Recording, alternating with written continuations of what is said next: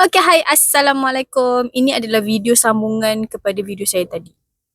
Kebanyakan orang dekat luar sana yang saya jumpa, diorang cut sugar hanya sebab nak turunkan berat badan sahaja.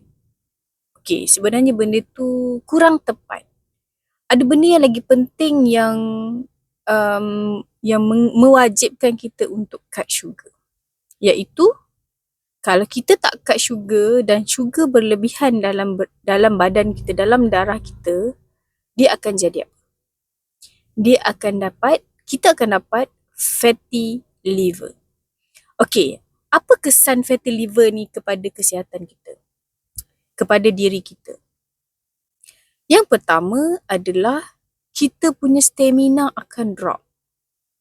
Which is kita akan selalu penat, letih.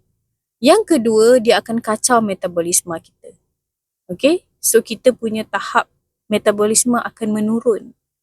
Yang ketiga, dia akan kacau kita punya sistem pencernaan. Okay, so kalau kita makan, kita akan bloated. Kita akan sedawa-sedawa, kentut-kentut. Tu sebabkan pencernaan tak cantik. Yang keempat, fatty liver ni juga akan menyebabkan fungsi hati kita slowly akan hadapi masalah. Dan yang kelima ni yang paling scary adalah dia akan menyebabkan kita kena diabetik. Macam mana kita nak tahu? Diabetik ni kalau sekali makan ubat, kita akan makan ubat seumur hidup. Okay?